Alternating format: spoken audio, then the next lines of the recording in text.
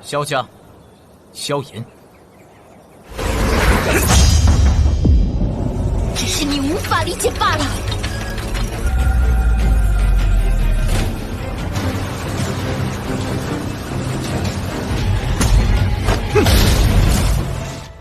Halo guys, sebelum masuk ke episode Battleshock The Heaven Season 5, mari kita flashback sedikit. Memutuskan pertunangan merupakan sesuatu yang sangat memalukan di benua Doki. Dan 3 tahun lalu, Naran Yanran meminjam kekuatan sekte dan pergi ke keluarga Xiao untuk memutuskan pertunangan. Dalam 3 tahun latihan yang melelahkan, Xiaoyan mengalami berbagai keterpurukan dan secara bertahap tumbuh dalam proses itu. Kini ia juga memiliki pemahaman baru tentang perjanjian 3 tahun. Hari ini, Xiaoyan menginjakkan kaki di sekte Yunlan seperti yang dijanjikan. Masa lalu ini akan menandai berakhirnya dendam ini. Langsung aja kita masuk ke alur film Battleshock The Heaven Season 5 episode pertama. Xiaoyan datang dengan gagah berani. Memasuki arena pertarungan, ia menepati janji 3 tahun lalu, di mana Yanran mempermalukan keluarganya. Yanran mengakui waktu itu ada beberapa pernyataannya yang tidak tepat. Namun jika waktu terulang kembali, ia akan tetap seperti ini dan tidak mengaku salah karena ia berhak menentukan nasibnya sendiri. Lalu Tetua Agung Sekte Yunlan memberikan sambutannya yang menandakan pertarungan akan segera dimulai. Para penonton terlihat sangat merendahkan Xiaoyan. Mereka mencemooh Xiaoyan ibarat kata yang siap dimangsa oleh seekor angsa. Para Daulo dan Ketua Fama yang menonton juga seperti memiliki perasaan yang akrab dengan Xiaoyan. Ya, karena mereka tidak tahu Xiaoyan adalah pria yang memenangkan turnamen alkemi di kekaisarannya saat itu. 那便是萧家那小家伙，不是？小家伙给我一种挺熟悉的感觉。成为了纳兰家族女婿的萧家小子。 Belum selesai, ketua sekte memberikan sambutan. Xiaoyan mengeluarkan kekuatannya dan tak sabar ingin bertarung. Dengan kekuatan penuh, Xiaoyan dan Yanran saling menyerang satu sama lain.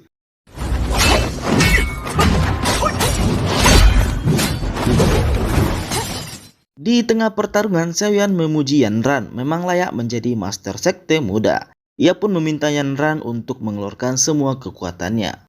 Melihat kekuatan pedang Yanran, junior-junior yang sedang menonton merasa terkagum. Mereka kembali meremehkan Xiaoyan yang menurut mereka akan dikalahkan dengan cepat.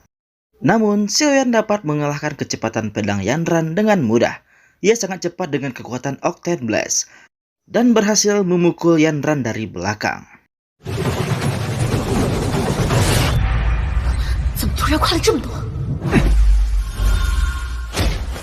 Para junior yang menonton terkejut, namun serangan itu tak memberikan efek yang berarti bagi Yanran. Kekuatan mereka hampir sama. Kecepatan Yanran dipuji-puji oleh Ketua Fama. Namun ketika Xiaoyan menghentakkan kakinya untuk melihat pergerakan Yanran, semua orang terkejut. Yanran yang terkejut melihat perkembangan Xiaoyan mengeluarkan kekuatan sebenarnya sebagai Dou Grandmaster.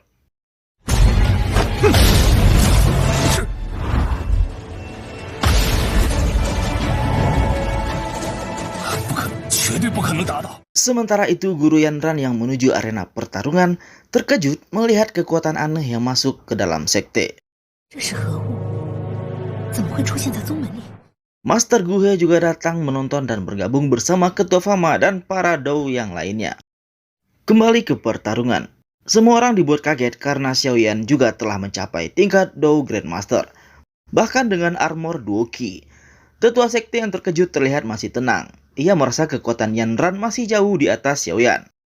Mereka bertarung dengan sangat cepat, sehingga menimbulkan efek tekanan di bangku penonton.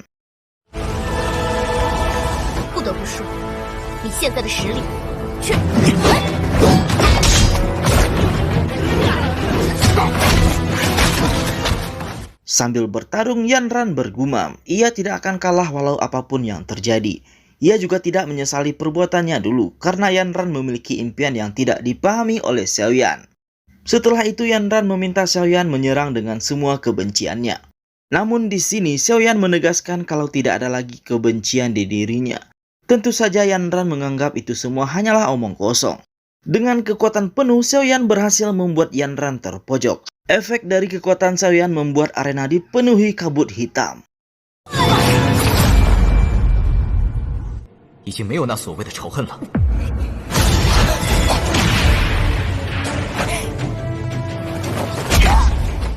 Karena terpojok seperti itu, Yanran benar-benar mengeluarkan kartu asnya. Kekuatan yang sangat dibanggakan Sekte Yunlan. Para Doulo juga memuji kekuatan Xiaoyan yang membuat Yanran sampai di titik ini.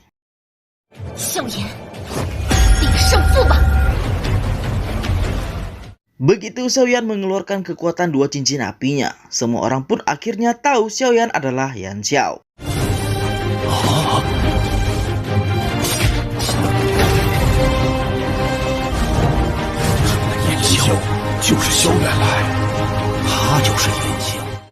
Yanran yang sadar, Xiaoyan adalah Yan Xiao awalnya ragu untuk menyerang.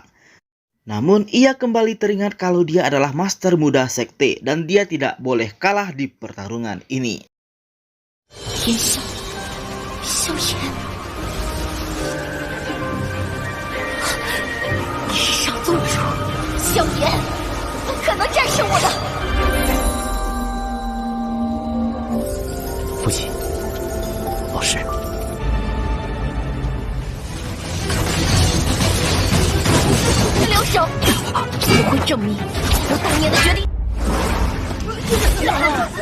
Penampilan Xiaoyan di dalam duel di luar dugaan semua orang. Setelah pelatihan 3 tahun, dia telah mempelajari apa yang benar-benar kuat. Xiaoyan tidak memiliki kebencian seperti yang dipikirkan Yanran. Kekuatan mereka berdua sangat kuat, membuat semua orang terpaksa membuat tameng demi melindungi diri mereka masing-masing. Kekuatan Xiaoyan sampai-sampai membuat ayahnya merasakannya dari kejauhan. Melihat kekuatan Xiaoyan yang sangat kuat, membuat tetua sekte merasa Yanran akan kalah. Namun di satu sisi, dia tidak mau dipermalukan di depan tetua lainnya.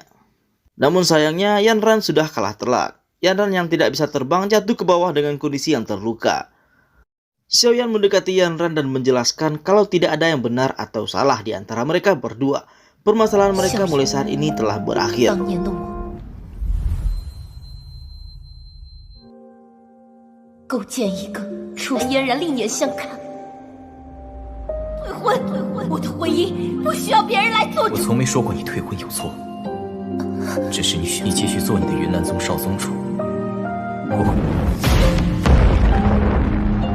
Kekalahan Yanran membuat tetua sekte sangat marah dan kesal. Kakek Yanran hanya bisa terduduk lemas.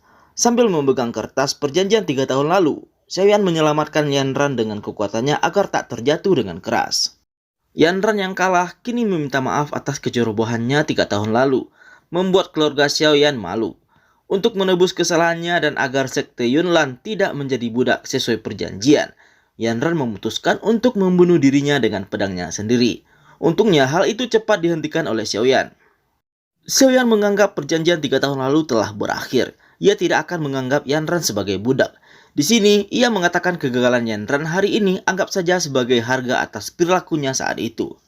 Dengan begitu, Xiaoyan mengulang kembali perkataannya 3 tahun lalu, sambil membaca kertas perjanjian. Mulai sekarang antara Xiaoyan dan Yanran telah terbebas dari semua perjanjian.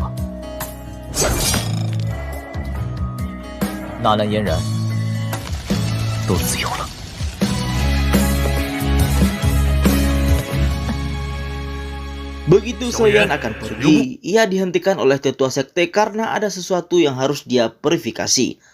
Tetua sekte menyuruh Yanran untuk pergi dari lapangan dan beristirahat. Para tetua lain menganggap apakah tetua sekte Yunlan akan mendatangkan orang lain untuk bertarung melawan Xiaoyan.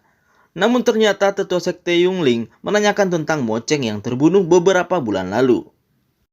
Mereka meyakini bahwa kekuatan orang bertopeng yang membunuh Mo Cheng sangat mirip dengan Xiaoyan. Dan mereka menuduh Xiaoyan adalah pembunuh itu. Xiaoyan lalu mengelak kalau kekuatannya terlalu hebat untuk membunuh seorang kaisar Mo Cheng. Tetua Yunling kemudian menanyakan kepada Yanran yang saat itu berada di lokasi. Di sini Yanran tidak terlalu yakin dengan apa yang dia lihat. Namun fakta bahwa pembunuh itu menggunakan api putih seperti yang digunakan Xiaoyan membuat semua orang terkejut.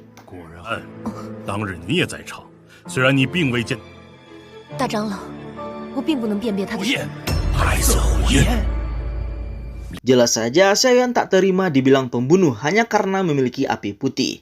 Tentu banyak orang lain yang memiliki kekuatan seperti itu. Tanpa menghiraukan tetua sekte Yunling, Xiaoyan meninggalkan tempat itu. Tetua sekte yang marah meminta Xiaoyan untuk tetap tinggal sampai pembunuh Moceng tertangkap. Ia menyuruh para penegak hukum untuk menahan Xiaoyan. Para kroco itu dapat dikalahkan dengan mudah oleh Xiaoyan, dan 3 master Doulo terkuat di sekte Yunlan langsung mengejar Xiaoyan.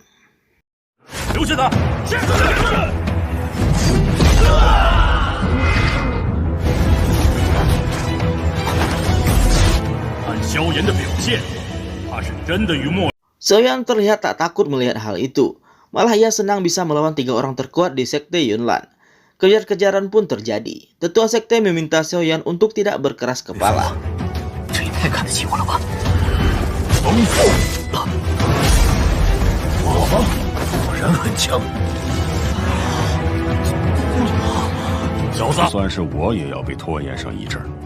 Tetua Fama sebenarnya ingin membantu Xiaoyan, karena bagaimanapun Xiaoyan adalah orang kehormatan di Alchemist Guild. Namun di sini dia tidak mungkin bertindak langsung karena akan membuat perang antar sekte.